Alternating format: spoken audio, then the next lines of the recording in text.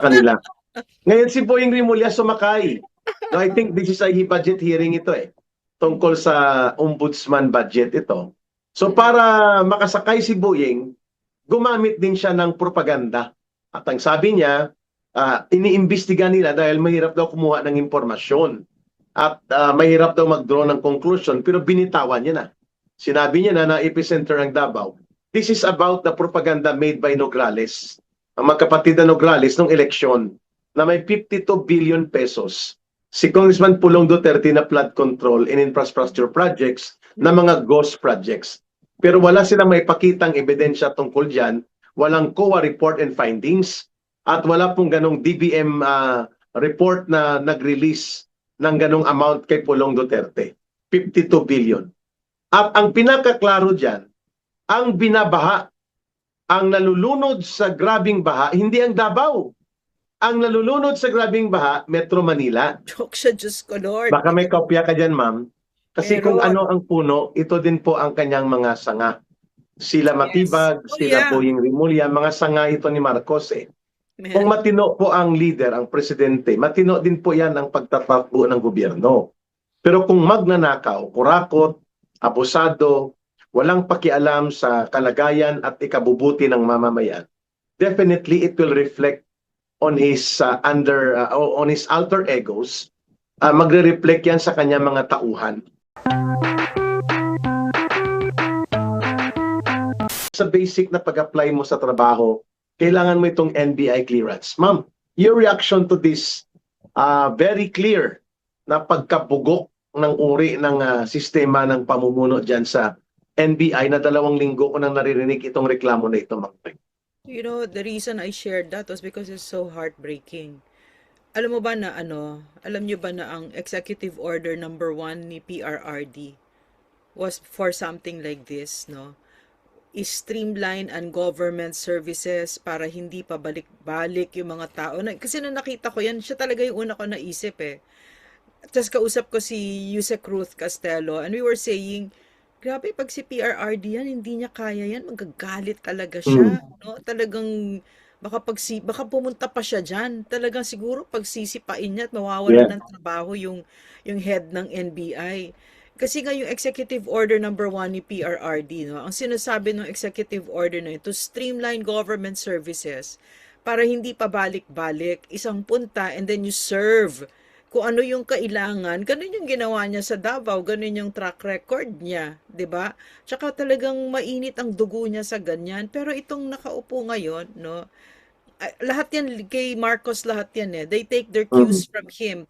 Kinuha ba namang head ng NBI ay yung hoodlum, 'di ba? Na who spends his time running after senators na pinagbabaril, mga ganyan, 'di ba? Kung the insanity of this Marcos administration, no? The characteristic, incompetence, indifference, corruption, arrogance, abuse of power, no? Tapos walang serbisyo. Nakakaawa yung mga tao, 'di ba? Alam mo yung kapangyarihan na binigay natin sa kanila, ginagamit nila para saktan tayo, para abusuhin tayo. You know that kind of, na you heard yung sinigaw niya, sarap ng ulam niyo. Tapos na ba kayo kumain, 'di ba? Yung EO number 1 ni President Duterte, walang lunch break. Dapat ganon, walang lunch break dapat sa mga government offices. Kasi nga nagsisilbi ka 'di ba? Dapat magsilbi kayo. Talagang yan ang talagang hindi tinatamaan ng hiya itong mga ito. That executive order, I think, ma'am, was about cutting off or cutting down, rather, bureaucratic red tape. Tsaka yung pagpapabilis ng all agencies of government ng services. At pati yan, ma'am, sa local government units, hindi lang po yun sa mga national agencies. Tama po ba ako, ma'am Lorraine? Yes, all over. And then you know what he said? Yeah, and then you know what he said? Lalo pag mahihirap, sabi niya kasi wala silang pang pamasahe, balik ng balik. Pagkatapos yung oras nila na dapat ay naghahanap buhay na sila para mapakain yung mga anak nila, ayan, nakapila sila, 'di ba? So, wag nyo nang pabalik-balikin. You know, I'm really, it's so heartbreaking to watch something like this kasi what we endeavored to do during PRRD's time was to really serve the people, because that was his that was, we, of course we understood, no, that we were in government to serve, pero to actually hear him say it, no, there are only two things that I'm asking from you: wag magnakaw sa Pilipino at magsilbi tayo ng maayos. Pero yan, nakikita nyo, oh, Mhm. ang sakit-sakit tignan ng ganyan, no? Na Tama. nakapila na sa ilalim ng init ng araw, tapos gutom na sila, tapos magdamag, tapos pinapabalik pa. Diyos ko, grabe. Grabe ito, ma'am, no? At 2 linggo na po namin naririnig ito, ma'am, ang reklamo. Ulan, init, ganito pong sitwasyon. And never heard na nagpalabas ng anumang pag-aayos o pag-rectify itong si Matibag. At nakikita ito pati sa mga news pala, ma'am, eh. May mga kumakalat na rin sa Facebook, sa social media. Pero ngayon ko lang na-appreciate itong video mo na pinadala, dahil may nagreklamo na rin kanina, ma'am, along sa airport, na ganyan ang sitwasyon sa NBI. At parang mga basura kung tratuhin, at mga busabos kung tratuhin ni Matibag at ng NBI ang ating mga kababayan. Pero kung kahambugan at pagpapasipsip kay Marcos at pagkabalasubas, I like the term that you used on him, to describe him, hoodlum. No, may pagka-little gangster na utak, rather than a professional law enforcement officer. No, hindi naman talaga ito naging law enforcement officer, eh. Napakalaki po ng economic impact nito. Delayed po ang mga tao sa pag-apply ng trabaho, perwisyo sa kanilang pabalik-balik na mga gawain, instead na, sabi mo nga, Ma'am Noreen, makapagtrabaho na. And third, yung hazard sa kanilang kalusugan, init, ulan, alikabok. So, napaka-irresponsible, napaka-unprofessional ang antas ng uri ng mayroong liderato ngayon dyan sa NBI. Dahil they are now being reduced, ang mga taga-NBI, maraming professionals sana dyan. Pero as an institution, sinalaula po ito ni Marcos. Ginamit niya ito as a political demolition operator, lalo na sa pag-atake sa mga political opposition groups and political opposition personalities. Kaya ito, nakita nyo, kung ang hoodlum, binigyan mo ng kapangyarihan para maglingkod sa isang napaka-importante na sangay ng gobyerno, ang gagawin niya ay tatarantaduhin niya ang serbisyo at pipirwisyohin niya ang mamamayan. Exactly what we have observed dito sa mga nangyayari ngayon sa opisina, sa central office ng NBI, Ma'am Lorraine. You know what, naalala ko kasi, I had to get an NBI clearance during PRRD's time. It was in and out. Chuk, chuk, labas-pasok, Mabilis. mabilis lang. Wala pang 30 minutes. Ang bilis lang. Hindi pa ako USEC noon, ha. Hindi ako anything. No, I wasn't in government yet at that time kasi it took me quite a while to join PRRDs on about 8 more months, 'di ba? So, I had to, because you had to travel, etc., 'di ba? So, Correct. but now, no, now. And then para siyang kaparehas nung yung Mayor Robes, 'di ba? Sa Na Bulacan, sa San Jose del yeah, Monte. yung kailangan pasalamatan mo pa siya. Yung mahiya naman kayo, sabi niya ganon. 'Di ba? Parang Papipilain ganyan niya eh. mga tao. Alam mo Eric, nakikita ko yung wisdom ng mga pinagsasabi ni PRRD in hindsight talaga, kasi lagi niya inuulit eh. Hindi kayo special, mga trabahante lang tayo sa gobyerno, at saka magsilbi tayo, wag tayong magnakaw. Grabe, no? I mean, at kasi yun yung mga problema natin ngayon, mga magnanakaw, hindi pa nagsisilbi, 'di ba? Ang sino ba pinagsisilbihan ni Matibag ngayon? Napaka-incompetent. Puro Si na lang Marcos. yeah. Puro na lang punta ng punta sa puro paporma. Sumasakay ng eroplano tapos nauunang bumaba sa Davao, yung tiyan niya. Ang laki-laki ng tiyan. Yabang. Ganun sila, sobrang kayayabang na, ano yung pinagyayabang? Mga puro namang mga incompetent, di ba? Na mga magnanakaw. I don't get it. I don't really get it. Yung kayabangan ng Marcos administration, yung mga tao niya, kayayabang, no? I don't get it. I don't really get the arrogance, because in the first place, you're so incompetent. Ano pinagyayabang nyo? 'Di ba? Tama. You're lording it over a country that you've destroyed, idiots, 'di ba? Buti sana kung magmayabang kayo, na may ginawa kayong totoong accomplishment. Anong ginawa nyo? Ang lumalabas lang sa communications niyo puro propaganda. 'Di ba? Mm. Puro kasinungalingan. Di na kayo nahiya sa Pilipino. Ang sarap magmura talaga, I swear. I swear, ang sarap magmura And talaga. and No, they kasi deserve na mumurahin talaga sila I ng really taong don't bayan. get it eh. I really don't get it, that kind of kayabangan.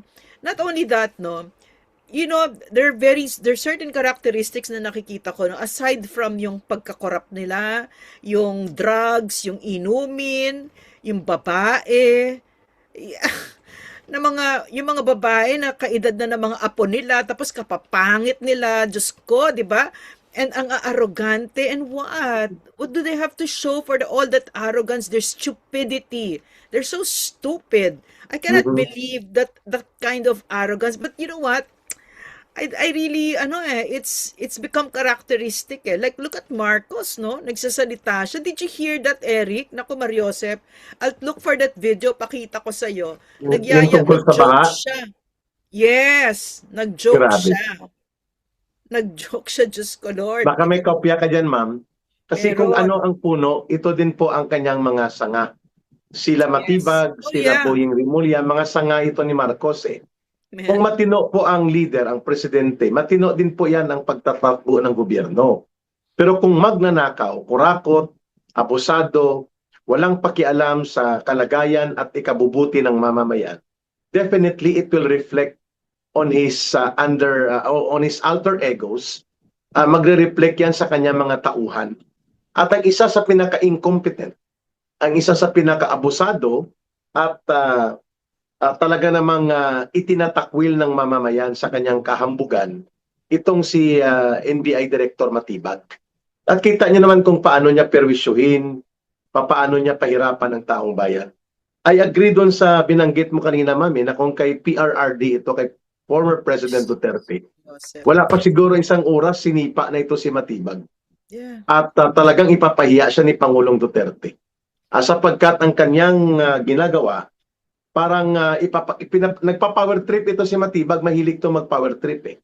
At ipinapakita niya nga wala siyang pakundangan kung gumamit ng poder at wala siyang pakialam kung nasasaktan niya o naaabuso o napiperwisyo niyang mamamayan. Eric, naalala mo, Yan po ang height of insensitivity nila, Ma'am Lorraine.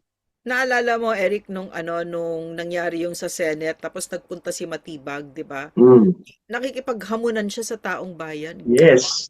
He tried to draw a gun, no? Yes. Tapos, Nagasta siyang tapos bubunot ng baril. dukutin nyo yan, or he said something like that, kunin Oo. nyo yan. Hablutin. Tarantado ka, Hablutin niya Melvin. yan. Oo. Grabe. Kasi Ano sabi? sinisigawan siya, ma'am eh. Oo, minura Binabash siya siya. Yeah. binabash siya dahil nga ang kanyang style ay hindi rumirespeto sa institusyon ng Senado. You were correct sa pag-point out niyan, Ma'am Moreno. And then ganyan din po ang ginawa niya sa iba pang mga like ang reklamo ngayon sa kanya sa Bunawan sa Davao City. Pinasok nila ang kunwari ay pagawaan daw ng mga substandard na mga steel bars o mga metal factory. Yun pala, pati ang vault ng pera na wala at pinadapa at tinutukan sa ulo ang mga manggagawa. Ha, Eric, talaga? Hindi ko Yeah, this is about sa nabalitaan yan. Mighty Steel Corporation, Bunawan District, Davao City. Ito yung pumunta siya ng Davao. Nang akala ng iba, maghahain na ng arrest order kay Mayor Basti o kay Congressman Pulong o kay Inday Sara. Yun pala, nilusob nila ang pagawaan ng mga bakal, mga kapilya, mga steel and angle bars na sabi nila substandard. Tapos may trafficking in person. Nagreklamo ang mga manggagawa, nagreklamo ang mga staff sapagkat para mga terorista na nilusob nila ito. That's what he did. At ngayon hinahanap na sana yung vault ng pera na nawala at kinuha, dinala nila, allegedly, and then na-traumatize ang mga manggagawa.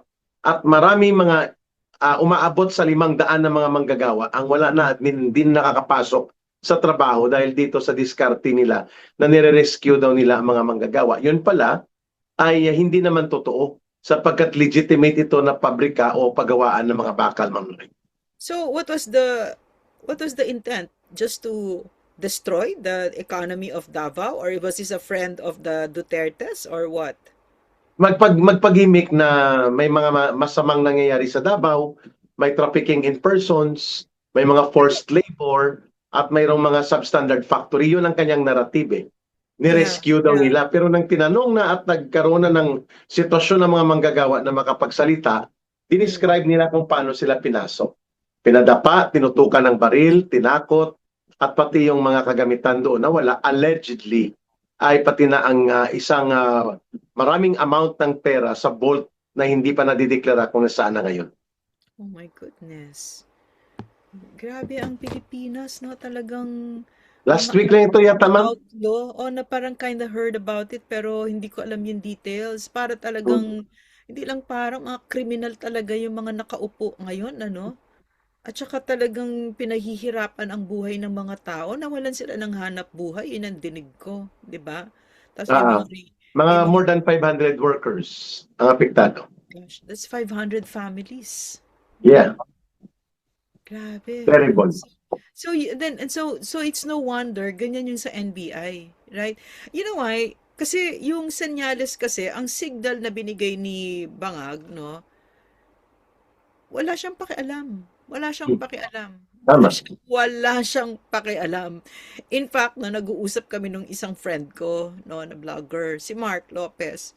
And he thinks, no, and it makes a lot of sense na nagtumakbo ito for president para bumawi sa Pilipino.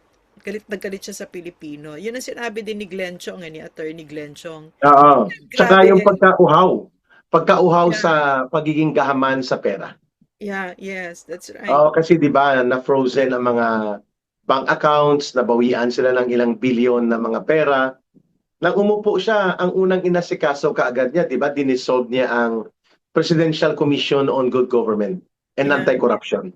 'Yun ang una niyang executive order ni Pangulong Duterte number 1, nang unang upo niya sa pagiging pangulo, ayusin ang gobyerno, itigil at bawasan ang red tape at pabilisin ang serbisyo ng gobyerno. Kay Marcos, ang unang executive order na nilagdaan niya on the first day in office, i-dissolve at iwala na ang Anti-Corruption and Good Governance na uri ng Presidential Commission. And that is on record, Ma'am Lorraine. Now we know why. Yeah.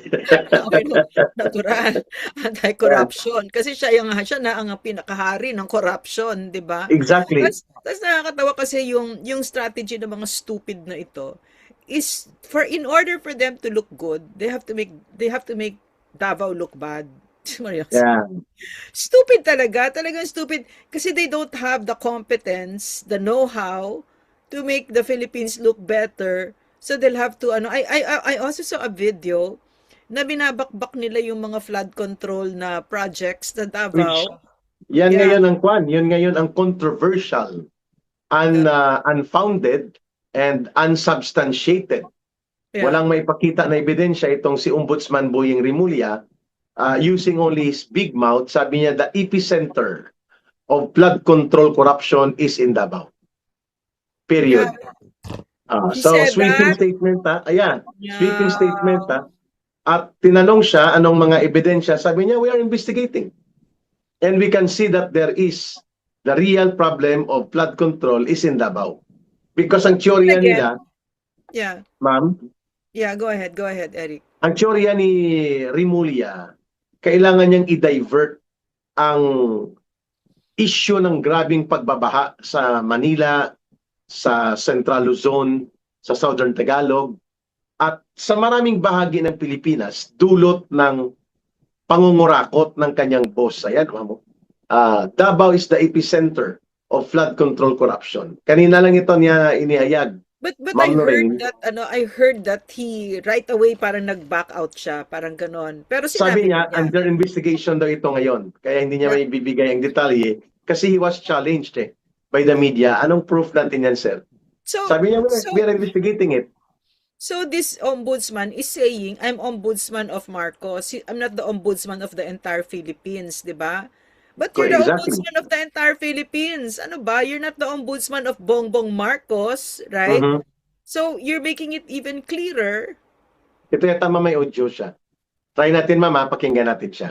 Sige. Sa ating team. Kanina lang to, ma'am, kaya gusto niya ito ihatawin ng Davao Na para ombudsman, tapunan. pag-imbestiga Ayan, ito. sa mga flood control corruption issues sa panahon pa ng nakaraang administrasyon. Patong komunistang to, utang ina. Opo, at hindi lang humadali talaga sapagkat sabihin natin, ang epicenter po ng flood control bago ho dumating ang Marcos administration ay Davao City. Hmm. Ang ecosystem of corruption po mabigat. Mahirap pong pasukin. Mahirap pong kumuha ng impormasyon. Marami hong taong hindi nagsasalita. Pero hindi ko kami tumitigil. Davao po yung ecosystem na aming tinutukoy. At kasi doon ho maraming pondo na pumasok daw sa flood control. Yan po yung aming kinakalap ng gusto. At meron pa ho mga lalawigan na aming tinitingnan sa panahong yon upang makita yung pattern kung saan po nagsisimula yung mga pattern, Your Honor. Okay, so okay, malinaw po ang sinabi, no? Epicenter of corruption, Control, Your Honor. Flood control flood projects, control Your Honor. corruption, ang Davao City nung panahon ng nakaraang administrasyon. Opo, but I will not draw that conclusion immediately. Okay. Ito po yung pinag-aaralan namin kasi So, binitawan niya na. ang mahal pakita namin ang ebidensya sa ground, Your Honor. Meron po bang ginagawa ang Okay. Itong So- si Antonio Tinio na nag-interact kay Boying Rimulya, ito po ay hardcore komunista po ito, pero urban operative. Wala siya sa armado, pero opisyal po yan ng CPP, NPA, NDF, operating in urban center, nakadeploy sa party list. Mm. Yan si Antonio Tinio yon. Alam din niya ni Boying because we already made a briefing with Boying Rimulya when he was still the DOJ secretary. Yeah. Alam niya yan. He championed, no? He championed. Yeah, at bilangga nga niya dati yan sila Franz Castro when he was still congressman during the time of former President Duterte. No, nung panahon na very convenient pa sa kanya ang sumakay sa popularity and influence ng mga Duterte. Ngayon, itong binabanggit ni Tinio, ni Alliance of Communist Teachers Party List ng CPP, NPA, NDF, Ma'am Lorraine, ay may malis po yun, no? Intentional malis. Yeah. Ang intention doon ay palabasin na ang korupsyon sa flood control kay Duterte nagsimula at sinasalo na lang ni Marcos Jr. Pero alam natin po nakaalyado ni Marcos at dumidila ito sa talampakan ni Marcos, itong mga komunistang mga teroristang komunistang urban operators kagaya ni Tinio at nagdidiskarte na kunwari crusader against graft and corruption on flood control. Pero alam natin na ang intentional malice is to pin down the blame on Duterte. Everything is about Duterte para sa kanila. Ngayon si Boying Rimulya sumakay. No, I think this is a budget hearing ito tungkol sa ombudsman budget ito. So para makasakay si Boying, gumamit din siya ng propaganda. At ang sabi niya, iniimbestiga nila dahil mahirap daw kumuha ng impormasyon at mahirap daw mag-draw ng conclusion, pero binitawan niya na. Sinabi niya na epicenter ang Davao. This is about the propaganda made by Nograles. Ang magkapatid na Nograles nung eleksyon na may 52 billion pesos si Congressman Pulong Duterte na flood control and infrastructure projects na mga ghost projects. Pero wala silang maipakitang ebidensya tungkol dyan, walang COA report and findings, at wala pong ganong DBM report na nag-release ng ganong amount kay Pulong Duterte. 52 billion. At ang pinakaklaro dyan, ang binabaha, ang nalulunod sa grabing baha, hindi ang Davao. Ang nalulunod sa grabing baha, Metro Manila. Mga distrito ng mga kawatan at mga kurakot na politiko. At pati sa Pampanga, nandyan sila Dong Gonzales na numero 1 itinuturo na sindikato sa budget at nangungontrata at kinukurakot ang pondo allegedly, sabi mismo nila Saldicot na mga kontraktor. Pampanga, Bulacan, 77 billion. Pero wala tayo, Mindoro, wala tayong naririnig kay Boying Rimulya at kay Marcos na ito ay Sandro Marcos sa La Union sa mga Ortiga. Ito po ang binabaha, Ma'am Lorraine, mga kababayan, hindi po ang Davao City. So paano kung nag-flood control, corruption at ghost projects ang mga Duterte, bakit hindi binabaha ang Davao City? Nang ganoon kalala at kalubha sa nakikita natin dito sa mga lugar na mayroong flood control scandal at tahimik ang gobyerno ni Marcos, Ma'am Lorraine? Eh, I'm just amused by all of this kasi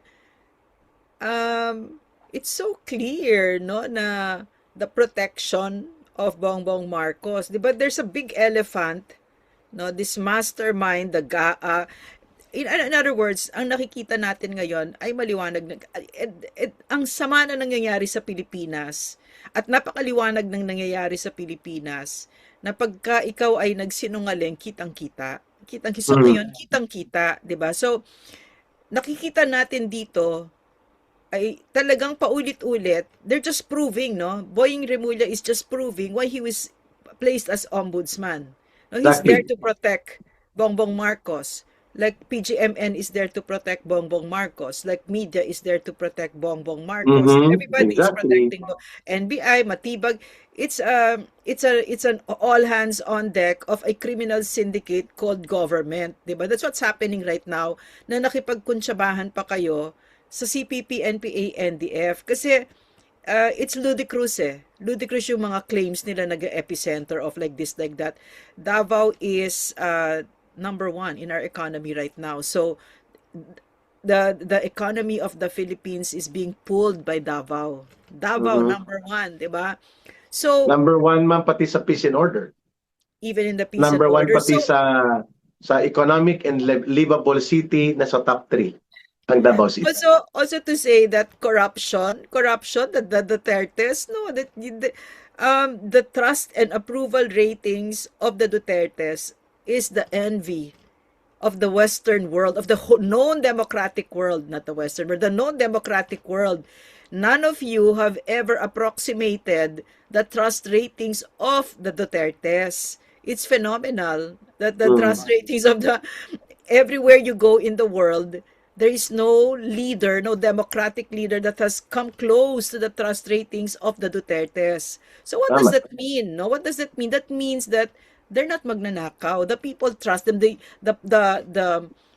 benefits were felt by the constituents of the Dutertes. And not only that, no, the global outpouring of love and support for the former president is phenomenal. It's never seen Yeah. anything like it, and I don't think I think that even if they live to 1,000,000 years, these losers in the Marcos administration, they will never experience this. What will they Yeah. experience? Bongbong Marcos, tangina, negative 27, di ba? So all these claims, no, it's very, Ma'am, ang very negative clear. 27, entire Yeah. government yan, ha?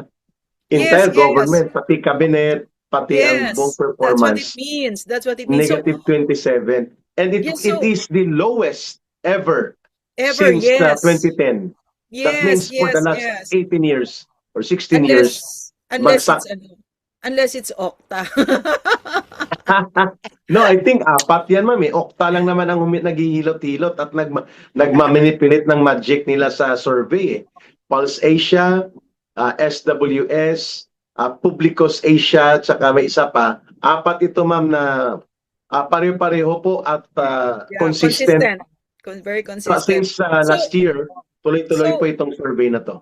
Yeah, so to accuse the Dutertes of corruption or Davao being the epicenter of flood control corruption is ludicrous. No, it's beyond ridiculous. No, there is no there's no objective reality. Natatawa lang ako talaga kasi yun ang sinasabi ko, in order for them to look good, they have to make the Dutertes look bad. In order to cover up for their crimes against the Filipino people, massive corruption of the Marcos administration, they have to make it seem like the Dutertes are magnanakaw. But you know, that's their problem. It's a big problem. You know why? Kasi yun, hindi yun kawatan ang mga mag-Duterte. Yun ang problema ninyo. Na pag sinabi ninyo yan, ang nasasaktan naniniwala. kayo. Kayo ang nasasaktan kasi yung credibility ninyo, yung respeto ng tao sa inyo, yung tingin sa inyo, sayang eh, 'di ba? Sayang. Di bali na si Tonchi Tino, CPP yan eh. Ay, Pero oo. nasasayang. Yeah. Nabubuhay yun sa pagsisinungaling at pagmamanipula Yes, oo. ng mga issue. At saka ang corny-corny ng script nila. So, ang sinabi mo, di ba may mga paganyan-ganyan pa si Tonchi Tino, di ba? Pero alam natin pagka nagsasalita si Tonchi Tino na ganyan, galing sa Central Committee yan. So, Oh, of course. nakikita ko kanina na nagsasalita siya, yung itlog niya nandito na sa leeg niya. Kasi inevitable na ang Sara Duterte presidency. Wala na, Ilang there's buwan na lang nobody, yan, ma'am eh. yeah, there's Kulang-kulang nobody na on lang the dalawang horizon taon. eh. So Tonchi Tino, nako po, Mariosep, 'di ba? So meron silang asta-asta ng ganyan. So Mhm. and I really think no that if you have to step on somebody in order for you to look good, you're playing a losing proposition. You're very Yeah, weak. I agree. No? I agree.